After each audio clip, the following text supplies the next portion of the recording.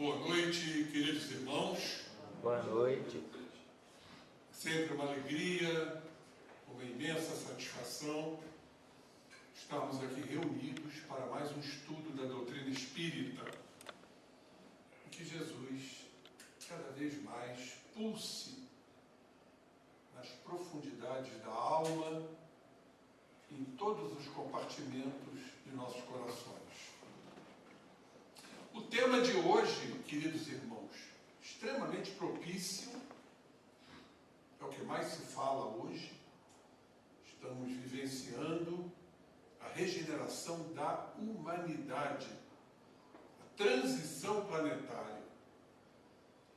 E muitos perguntam: quantas dores, quantos sofrimentos, quantos cataclismos, quantas dificuldades.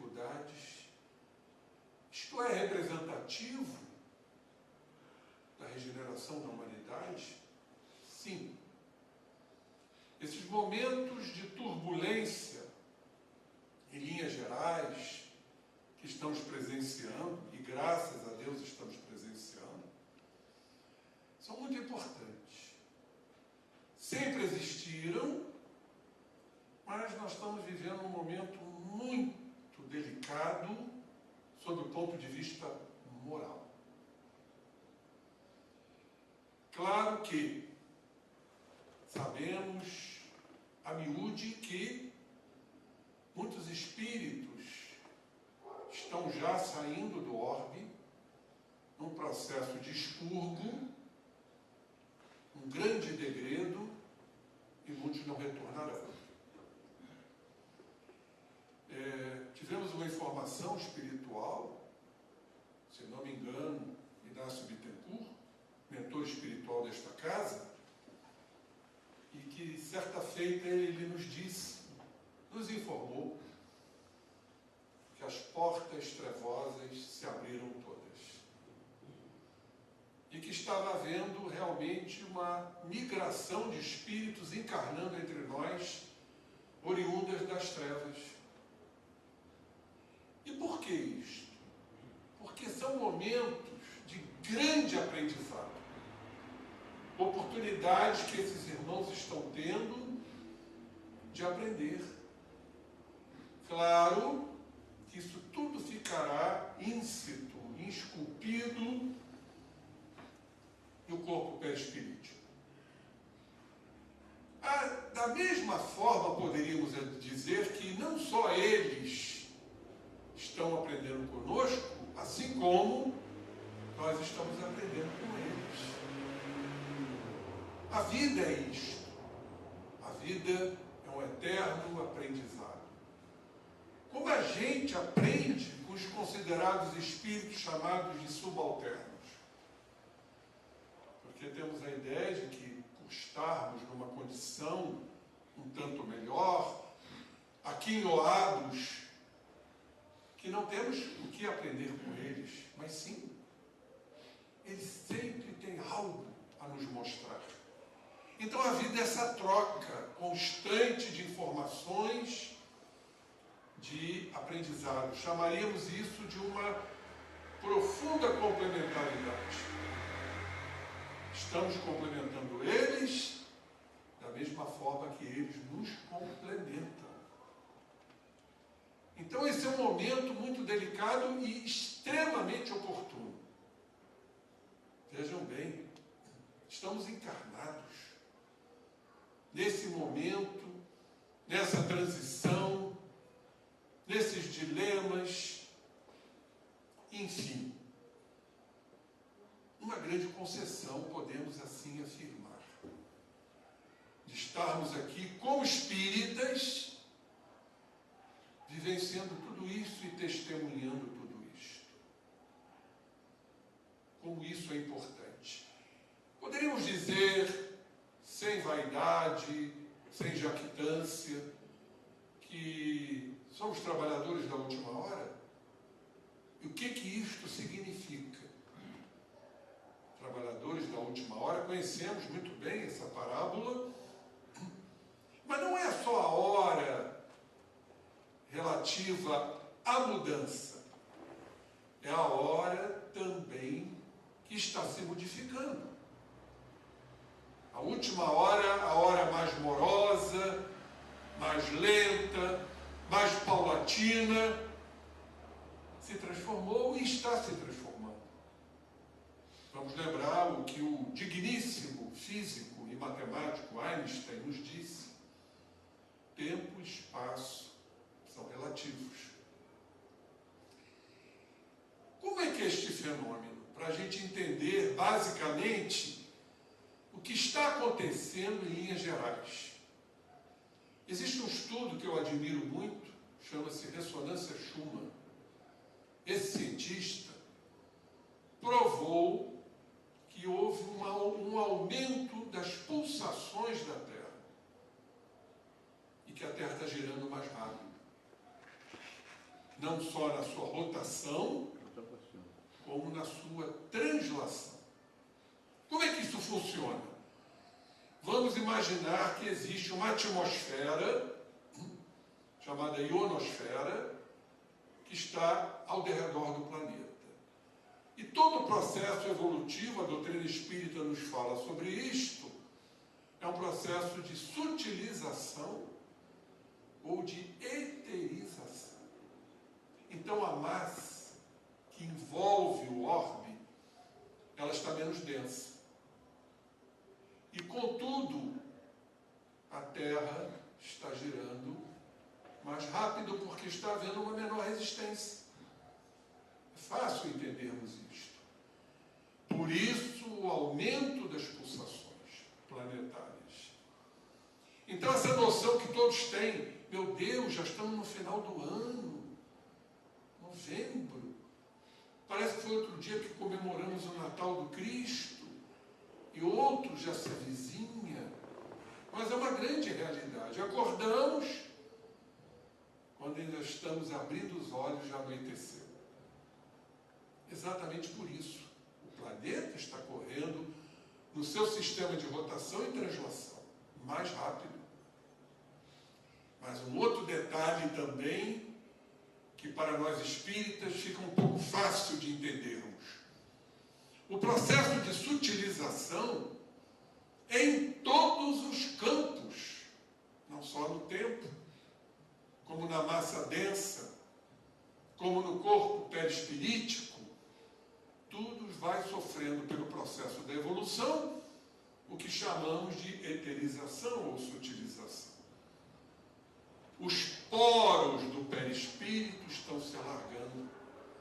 A filtragem diminuiu, porque o perispírito também, assim como o corpo, funciona como um véu. E esse véu está mais etéreo. Aí passamos a entender que os conteúdos do inconsciente estão sendo menos filtrados. Aí começamos a entender todos esses momentos de turbulência. Não se fala outra coisa, ansiedade, depressão, transtornos das mais variadas espécies. É um prato feito para a Associação de Psiquiatria, catalogar a criatura como uma criatura doente, mas é uma grande realidade, porque os conteúdos estão aflorando. E afloram aonde? Na consciência. E poucos sabem lidar com isto. Poucos sabem reconhecer isto. E entram nos transtornos. E mais, esses transtornos, eles acabam se expressando e se trasladando para o corpo, o que chamamos de somatizações. Muitas vezes são apenas sintomas, ainda não são doenças. A psiquiatria chama de transtornos somatoformes, forma física, transtornos, sem serem doenças. Então o que a gente vê hoje costumeiramente? Dores de cabeça, dores gástricas, dores musculares, problemas das mais variadas espécies. Aí a pessoa vai no consultório, faz uma série de exames e o médico não encontra nada. Aí o médico, materialista, que não sou eu, felizmente, chega e diz: é nervoso. Toma esse tranquilizantezinho. E o paciente sai feliz. Sai feliz, tranquilo, vai tomar aquilo, aquilo vai dopá-lo, aquilo vai arrefecer seus sintomas, aí ele esquece de tomar o remédio, ou então para de tomar o remédio e os sintomas voltam. Porque não existe a doença, e não existe o sintoma, tudo isso provém do espírito. É o espírito que está doente.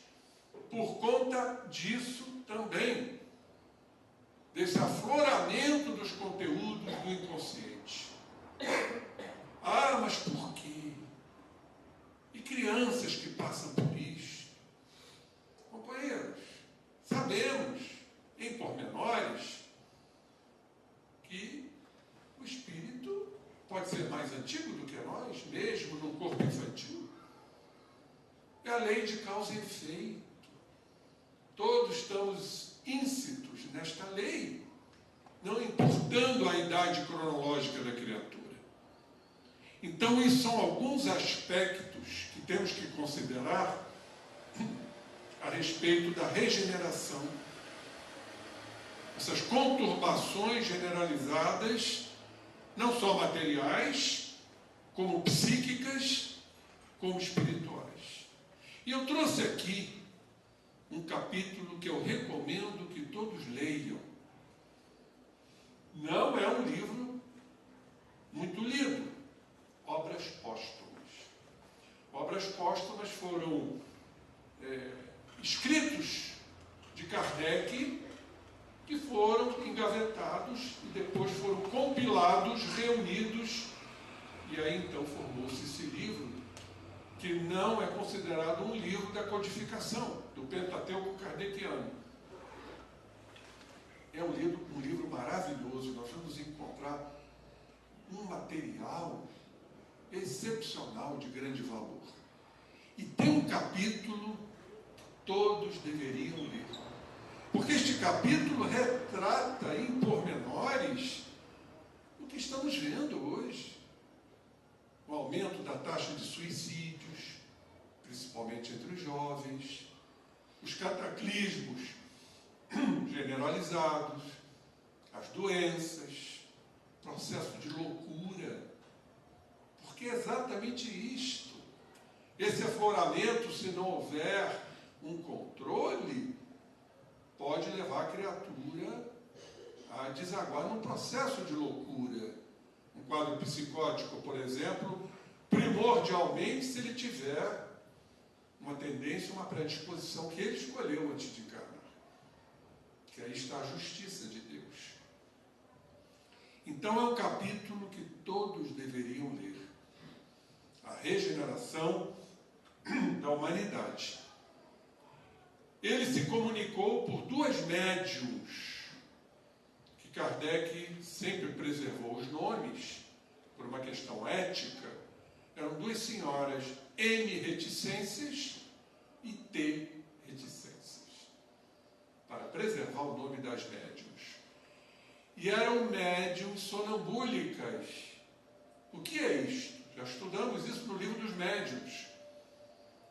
O quadro sonambúlico é um quadro de grande emancipação da alma, a ponto da alma ser independente. Não há influência da matéria num estado sonambúlico, ou se houver, é muito pequena.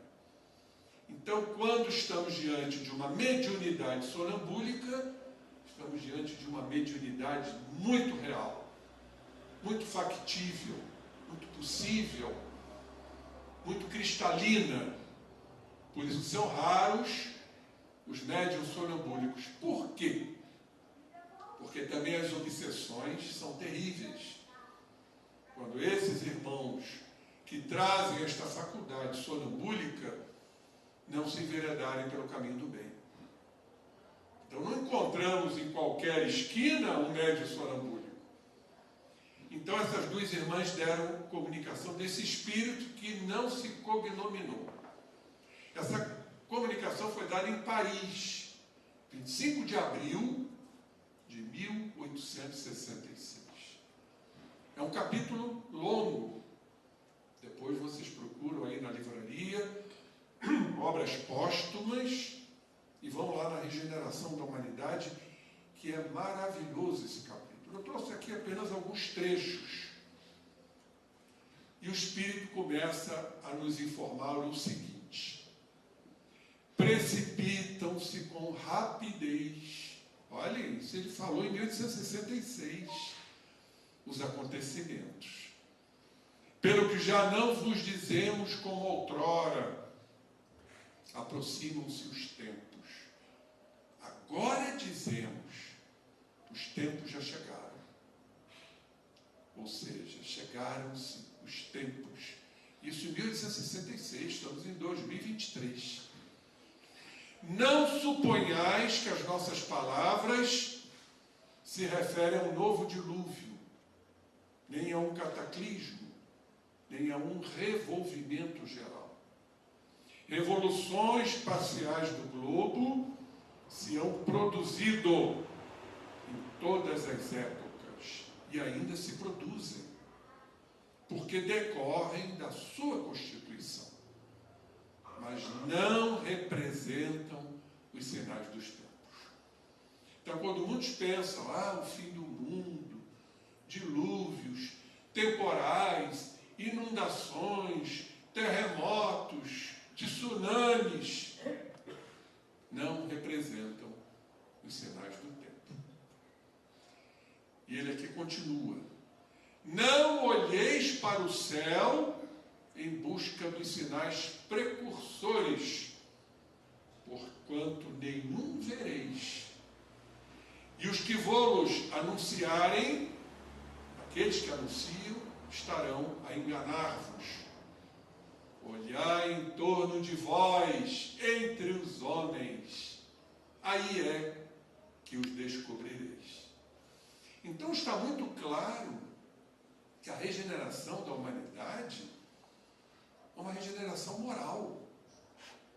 Vejam só como isso é fundamental, e não cataclismática, de um vendaval, de um terremoto, de um tsunami que vai destruir o mundo. Absolutamente não. Mas olhemos-nos uns aos outros. Olhemos-nos para nós mesmos, no processo difícil, complexo do autoconhecimento. E que estamos, muitas vezes, imperceptivelmente, a fugir. E esse trabalho, esta imersão em nós mesmos é muito difícil e doloroso. Joana de Ângeles chama de auto-amor. Temos que ter uma dose muito grande de desprendimento, de humildade, de lealdade, de sinceridade com nós mesmos, para que possamos fazer esse trabalho, porque não há outro para o processo evolutivo. O milagre não vai cair, porque não existe o milagre. Nenhum espírito vai nos impulsionar para o progresso se não quisermos. Eles ajudam? Ajudam. Mas onde fica, pergunto eu, o livre-arbítrio? A decisão, a escolha de a gente começar a se encontrar finalmente. E não pensem que vai ser um trabalho fácil, porque não o será. Seremos costumeiramente açoitados pelos nossos pensamentos. Pensamentos de raiva, pensamento com sentimento, obviamente. Pensamento de mágoa, pensamento de inveja, pensamento de intolerância, de impaciência. E quando a gente começa a observar isto, gera um transtorno. Meu Deus, eu luto tanto para ser melhor, vou na casa espírita, participo das reuniões, contribuo com a campanha do quilo, do berço. Enfim, faço tudo o que uma casa espírita recomenda. E por que todos esses acontecimentos? Porque não é fácil nós burilarmos de um dia para o outro todas as sombras que carregamos, que são inúmeras e imensas. Eu sempre aqui faço uma referência à nossa querida e amada benfeitora Joana de Ângeles, que nos diz que cada encarnação será uma virtude a ser adquirida. Uma. Quantos delitos nós já cometemos? Quantas encarnações malbaratadas e malfadadas tivemos? Por que será que estamos ainda, agora em transição, no planeta de provas e expiações? Por que carregamos esse corpo tão frágil? Que um vírus aniquilou milhões de pessoas. Tal a fragilidade corpórea, tal a fragilidade mental de que somos portadores. Tudo é fruto do nosso passado. O que fizemos, o que realizamos, a barbárie. Como estamos vendo irmãos aí, que foram compulsoriamente colocados no processo encarnatório, irmãos hediondos, cruéis, bárbaros, para aprenderem. Mas não somos tão diferentes assim. Eu posso dizer que somos melhores, mas não tão diferentes. Nós ainda temos instintos bárbaros, temos movimentos da alma que revelam a nossa selvageria ainda. Porque a evolução é lenta. Quando o nosso querido Calderaro, mentor no livro No Mundo Maior, faz a divisão do cérebro, a casa mental, em 3 andares, é muito interessante porque ele nos mostra que ainda temos o primeiro andar do cérebro. Qual é esse primeiro andar? É o dos instintos, os nossos automatismos. Por isso que em muitos momentos, quando somos estimulados, nós reagimos com selvageria. Porque esse lado selvagem, reptiliano, ainda está em nós. Então o trabalho de autoconhecimento ele é fundamental. Por isso aqui o nosso irmão diz: olhai em torno de vós, entre os homens, aí é que os descobrireis. Não acrediteis, porém, no fim do mundo material. Tiremos isso de mente. A Terra pode explodir a qualquer momento, uma guerra atômica. Mas os espíritos estão trabalhando arduamente. Porque a Terra tem que cumprir o seu processo na hierarquia dos mundos. A Terra tem progredido, ela não pode regredir. Desde a sua transformação, a Terra está evoluindo. Tem ainda que progredir e não que ser destruída. Ele diz aqui: a humanidade, entretanto, aí sim, chegou a um dos períodos de sua transformação. E o mundo terreno vai elevar-se na hierarquia dos mundos. Aí nós temos que fazer aqui um estudo, um aprofundamento, recorrendo ao Livro dos Espíritos. Lá no capítulo 6, da 3ª parte, que fala da lei de destruição. E Kardec, sabiamente, perguntou aos luminares, questão 728, é lei da natureza a destruição? Faz parte da natureza a destruição? Olha o que os Espíritos responderam: preciso é que tudo se destrua para renascer e se regenerar. Portanto, a destruição, como muitos pensam, ao fim do mundo, um cataclismo, uma guerra atômica, é necessário que tudo se destrua para renascer. Lembramos daquela frase famosa de Lavoisier, o grande físico, que ele nos disse: em a natureza nada se perde, nada se cria, tudo se transforma. A lei de conservação de energia não se cria, se transforma. Energia está conservada. Para onde nós olhamos tem energia que é modificável e não criada. Lei de conservação da energia. Qualquer objeto que separemos, existe energia ali. Nós somos energia, o corpo é energia. Em estruturas diferentes, claro. Não só aquilo que vemos, como aquilo que não vemos. Energias mais sutis, mais sublimadas. Então aqui os espíritos complementam. Porque o que chamais destruição não passa de uma transformação, que tem por fim a renovação e a melhoria dos seres vivos. Não existe, no linguajar espírita, retrogradação. Nenhum de nós retrograda, pode se degradar, por livre escolha, quando fizermos escolhas equivocadas. Agora, valores adquiridos, implementados na alma, não se perdem. Não há retrocesso nesse sentido.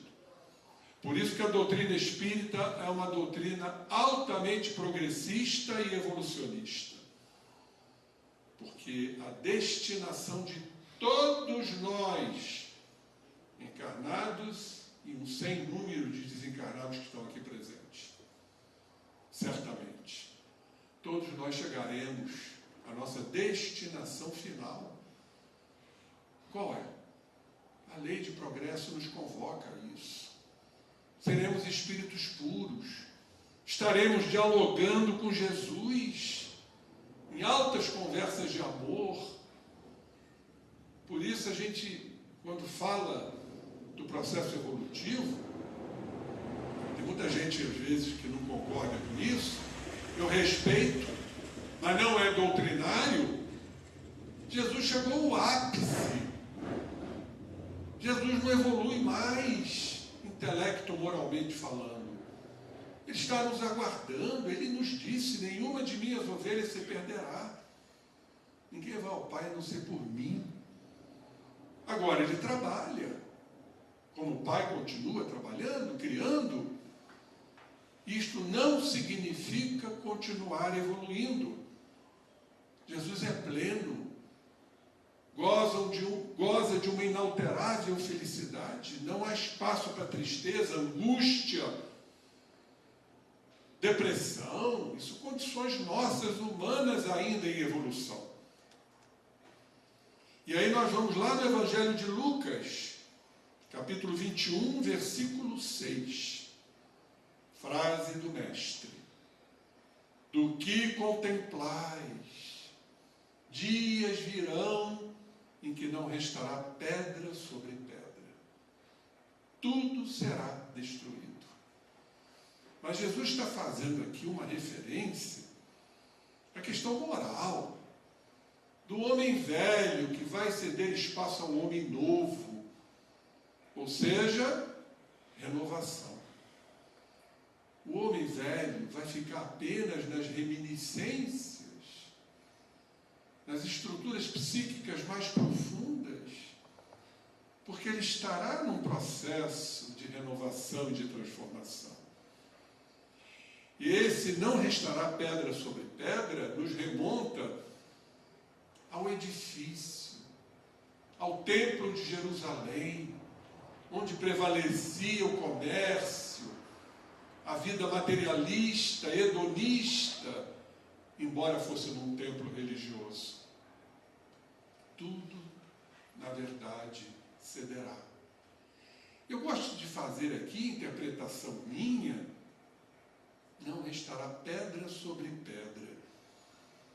E quando eu falo de pedra, eu também me refiro à nossa condição ainda endurecida, como nós somos ainda endurecidos, pétreos, ou plúmbicos, que se refere a chumbo.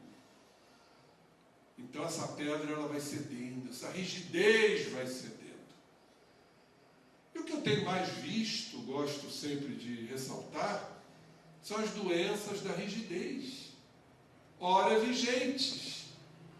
Vamos dar um exemplo clássico aqui. Artrose antigamente era a doença do idoso. O homem chegou aos 50 anos, 60, chega a artrose. Hoje a gente está vendo jovens com artrose. E se pesquisarmos profundamente, nós vamos ver que essas criaturas, esses jovens, até estão fazendo atividade física, são pessoas rígidas, pessoas formadoras de cálculos, são pessoas rígidas. Eu tenho feito esse inquérito com muito detalhe, porque é importante. Pessoas litiásicas, ou seja, as pessoas que formam cálculos de vesícula, de rins, cálculos lacrimais, são pessoas que têm um comportamento rígido, pétreo. Então, vamos ampliar o que Jesus está nos falando. Essas pedras cederão, tornar-se-ão flexíveis, que é o que nos falta. Flexibilidade, por sermos duros. E Jesus aqui continua em Lucas 21, 11. Nação se erguerá contra a nação. Estamos vendo isso atualmente? Guerras preocupantes, fratricidas, de irmãos. Eu sempre faço uma referência. Jesus não nos afirmou que o reino de Deus está em nós? Sim ou não? Sim. O reino de Deus está em nós. Então vamos dizer que eu seja de uma etnia e o Mário Márcio de outra etnia, que eu detesto e que eu odeio. E ele me odeia e me detesta. Um vai exterminar o outro. Estou matando Deus. É um crime de lesa criação. Porque Deus está nele como está em mim. Então, quando nos referimos à abreviação da vida, seja como for, homicídio, suicídio, aborto, pena de morte, eutanásia, estamos matando Deus. Porque Deus está em todos. Então, guerras estão aí. Guerras que visam interesses egoísticos, vinganças. E ficamos então fazendo essa conexão com a regeneração da humanidade. Quantos irmãos estão partindo? Quantos não voltarão? Quantos habitarão orbes onde há prantos e ranger de dentes? Pois é.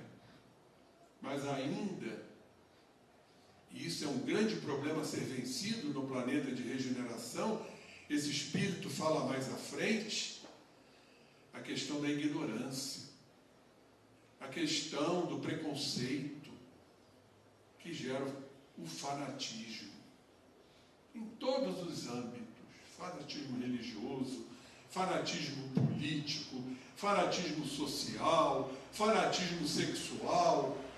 Ou seja, o que é o fanático? É o que não abre mão aos seus valores, às suas crenças egóicas, do seu egoísmo. O grande mal, a grande chaga, como os espíritos nos falam. Por isso as guerras. Guerras que em verdade existem até dentro dos lares. Desrespeitos. Aqueles que não cumprem o Evangelho, honrai o vosso pai e a vossa mãe. E as guerras internas, quando falamos de guerras? Onde guerreamos contra nós mesmos. Nação se erguerá contra nação e reino contra reino, disse Jesus. Haverá grandes terremotos e em diversos lugares pestes. Estamos agora saindo de uma delas. Fomes. Isso é impressionante. Eu fiz uma palestra onde me dei o trabalho de pesquisar número de óbitos por minuto ocorridos por homicídios, suicídios e abortos.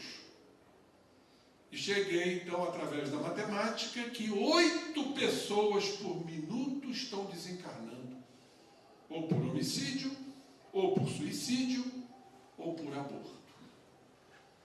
Aí eu fui fazer uma pesquisa sobre a fome.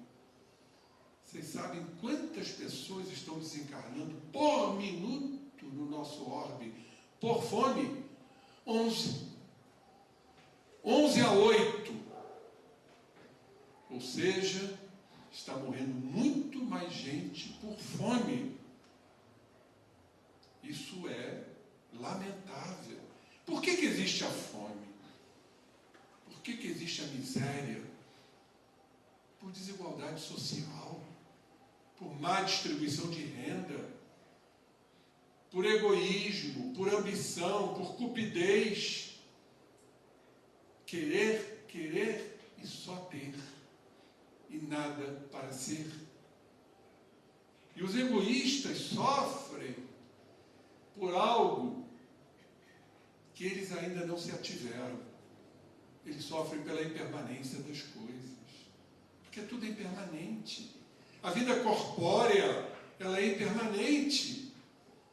A gente já vai chegando numa idade, já vai matematicamente calculando, será que eu vou ter mais 20 anos de vida? Eu ainda vou ter uns 60, porque eu estou com 30. Ilusão, né? Então, sofremos pela impermanência. É um dos tipos de sofrimento muito estudados pelo Buda e que a Joana nos traz no livro Plenitude. Então, quando eu vejo que tudo é impermanente, cada vez eu vou querer mais para suprir psicologicamente esta impermanência. E cada vez mais eu sofro pela impermanência. Então, estamos fazendo referência ao apego, que, como diz Pierre Weil, um grande psicólogo e educador francês, é a raiz de todo sofrimento humano. Porque o apego gera o medo, pano de fundo dos nossos psiquismos. É o medo. Porque o medo está atrelado aos desejos. Eu tenho medo daquilo que eu desejo e desejo aquilo que me faz medo. Ou não. Eu desejo minha mãe, mas tenho medo de perdê-la. Eu desejo meu parceiro ou minha parceira, tenho medo de perdê-los. Porque ainda estamos no terreno do ter. E quanto mais eu tenho, mais eu quero por conta disso. Então é lamentável que ainda as criaturas não se abriram a estas evidências. Fizeram uma enquete, tem até um filme na Netflix, a respeito da longevidade. Em um dos lugares mais longevos do planeta, no sul do Japão, Ilhas Okinawa. E os cientistas foram lá tentar descobrir por que eles vivem mais de 100 anos. Calmamente. Estudaram alimentação, estudaram o hábito de vida, estudaram tudo. Depois de exaustivos estudos, chegaram à seguinte conclusão, o que os mantém vivos e longevos. Sabe o quê? Solidariedade. Lá ninguém quer passar por cima do outro. Ou seja, o egoísmo lá é quase nulo. Todos são solidários. O que é a solidariedade que a doutrina espírita preconiza? É o nosso lábaro, a nossa bandeira. Fora da caridade não há salvação. Mas a caridade é autêntica. Não é aquela caridade para comprar um lugarzinho no céu. Ah, estou ajudando um pobre. Mas existem várias caridades. E a autocaridade? Será que somos caridosos com nós mesmos? É uma grande pergunta. Então, fatos terrificantes vindos do céu e grandes sinais. Mas vamos de novo lá na Escritura, em Apocalipse de João, capítulo 21, versículo 1. Os novos céus e a nova terra. Já era um prenúncio futuro da evolução planetária. Novos céus e a nova terra. E João diz aqui, João Evangelista, vi então um céu novo e uma nova terra, porque o primeiro céu e a primeira terra desapareceram. É o que está acontecendo. E o mar já não existe. Olha, o que quer dizer isto? Quando a gente vai para o terreno da psicologia, a gente vê que o mar representa o nosso inconsciente. O que é o nosso inconsciente? Onde estão os nossos arquétipos, nossas sombras, nossos complexos, nosso lastro espiritual. Então, à medida que vamos burilando, acrisolando, obviamente vamos nos iluminando, vamos nos tornando mais apurados no sentido evolutivo. E o mar, então, inconsciente, com as suas sombras, deixará de existir nesse sentido. E ele continua aqui, nosso querido meigo João. E a cidade santa, a nova Jerusalém, eu a vi descendo do céu, junto de Deus, preparada como uma esposa que se enfeitou para seu esposo. Isso tem um significado, cada vez mais alavancando a ideia da comunhão.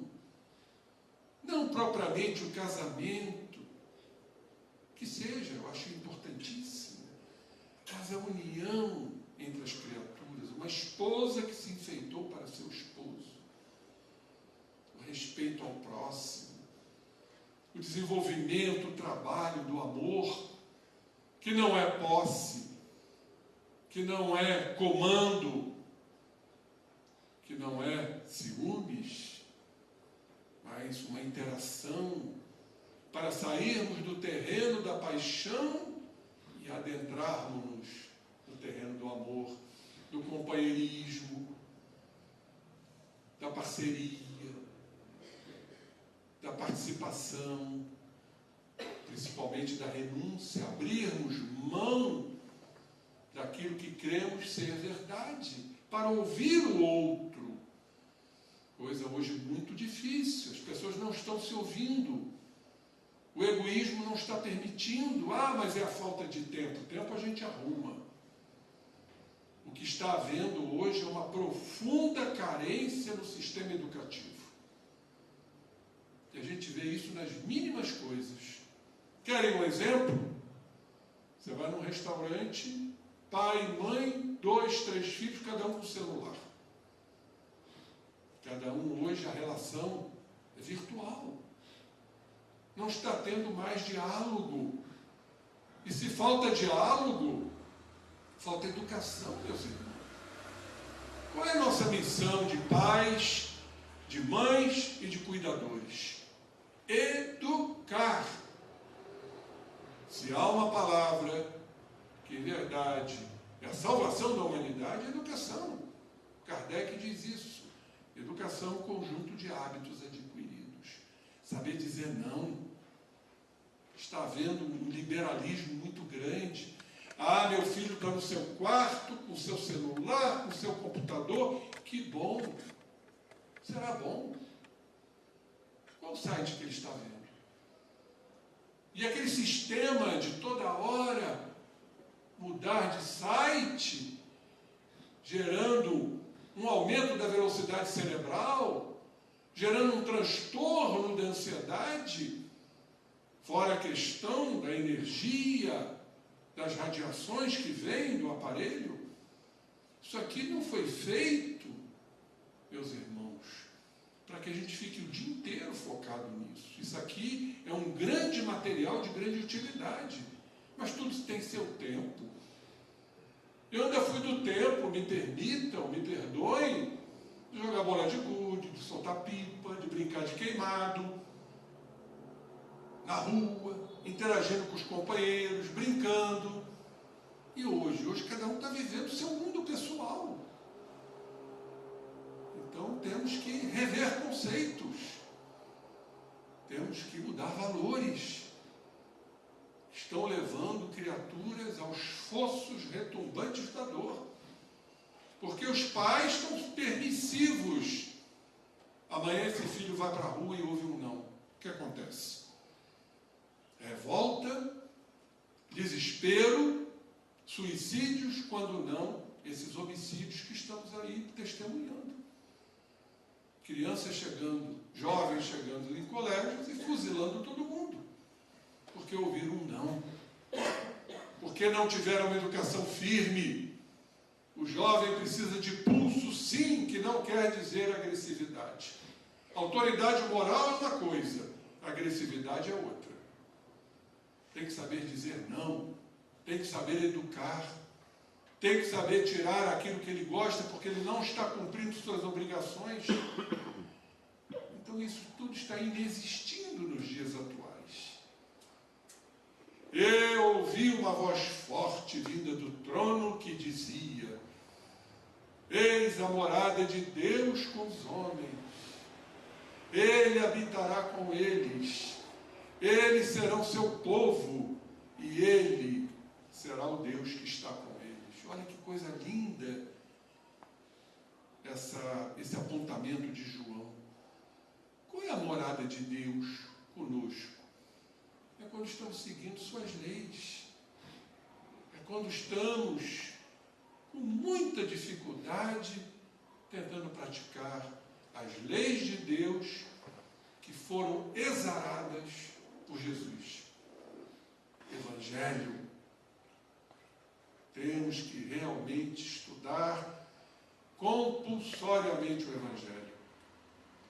E aqui eu sempre relembro que o Gandhi, aquela nobilitante criatura, Mahatma Gandhi, disse: se toda a literatura mundial fosse extinta e só sobrassem as bem-aventuranças, nada estaria perdido. Eu não me fatigo, não me canso em ler e reler as bem-aventuranças. Tudo está ali. Nada que a gente possa fugir. Então essa é a morada de Deus. É quando nos aproximamos lentamente, alguns até mais, como foi o caso do convertido Paulo, às portas de Damasco, que ainda era Saulo. A famosa metanoia dos gregos, ou ultreia dos evangélicos, quando então ele se entregou a Jesus. Que queres que eu faça, Senhor? Se entrega. Cristo, na sua última palavra, na sua última frase: Pai, a Ti eu entrego o meu espírito. E é isso que temos que fazer. E mais à frente, já no auge do seu apostolado, do seu grande arrebatamento, ele disse, sentindo essas pulsações, sentindo essa energia divina: não sou eu mais quem vivo, é o Cristo que vive em mim. Então isto é a morada de Deus, tomando conta de nós, do nosso psiquismo. Isso gera, queridos irmãos, um quadro de uma alegria imensa, de um bem-estar, de uma satisfação. E isso vai cada vez mais nos impulsionando ao progresso, porque nada detém aquele que é alegre. Não é aquela alegria, né? aqueles espíritos, né? Levianos, estroinas. Não, alegria espiritual, de estar lutando, de estar vencendo, de ser uma criatura melhor, já se detendo quando aquele pensamento negativo, muitas vezes acolitado pelos espíritos imperfeitos, os chamados obsessores, que são nossos irmãos, nos convidam ao erro.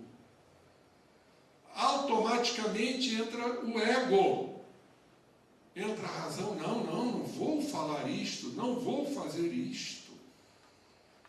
Essa é uma luta interna que a nossa querida Joana chama de luta sem quartel. Que todos nós, se não estamos passando, vamos passar. A transformação. Vamos transformar o quê? O que precisamos transformar se eu não entendo a mim? Se eu não entendo o que eu preciso modificar, meus irmãos? Se eu não compreender minha mágoa, como é que eu vou perdoar? Não é? Se eu não entender a minha culpa, como é que eu vou me auto-perdoar? Se eu não entender a minha raiva, como é que eu vou me abrandar? Por isso, querido Paulo nos disse: irai-vos, mas não pequeis. Não acrescentais o sol sobre a vossa ira. Ou seja, meus irmãos, sintam raiva. Não é nenhum desdouro, nenhum demérito.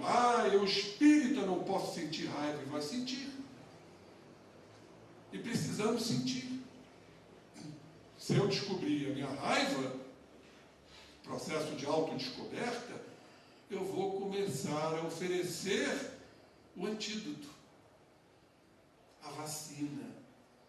Ou seja, eu me conter, eu orar no momento da raiva, eu meditar, eu fechar os meus olhos, eu pedir ao mundo espiritual para que me ajude. Essa é a nossa vitória. Essa é a morada de Deus. É Deus habitando em nós. E nós seremos o seu povo, porque já estaremos alistados nas hostes do Cristo. E só para terminarmos, que a hora já nos alcança, esse é um capítulo extremamente profundo e atual. Vamos encerrar na questão 737. Com que fim fere Deus a humanidade, como vem se indo, por meio dos flagelos destruidores, de todos esses flagelos, os cataclismos, os vulcões, as inundações, as tempestades, as guerras, que é um flagelo destruidor. Vamos ler essa resposta. Ela é fundamental para a conclusão do nosso raciocínio. Simplesmente, queridos irmãos, respondem os luminares, para fazê-la progredir mais depressa. Já não dissemos ser a destruição uma necessidade para a regeneração moral dos espíritos, que em cada nova existência sobem um degrau na escala do aperfeiçoamento? Preciso é que se veja o objetivo de tudo, para que os resultados possam ser apreciados. Portanto, caros irmãos, ficamos felizes aqui mais uma vez de trazer algo muito atual, muito pertinente para todos nós.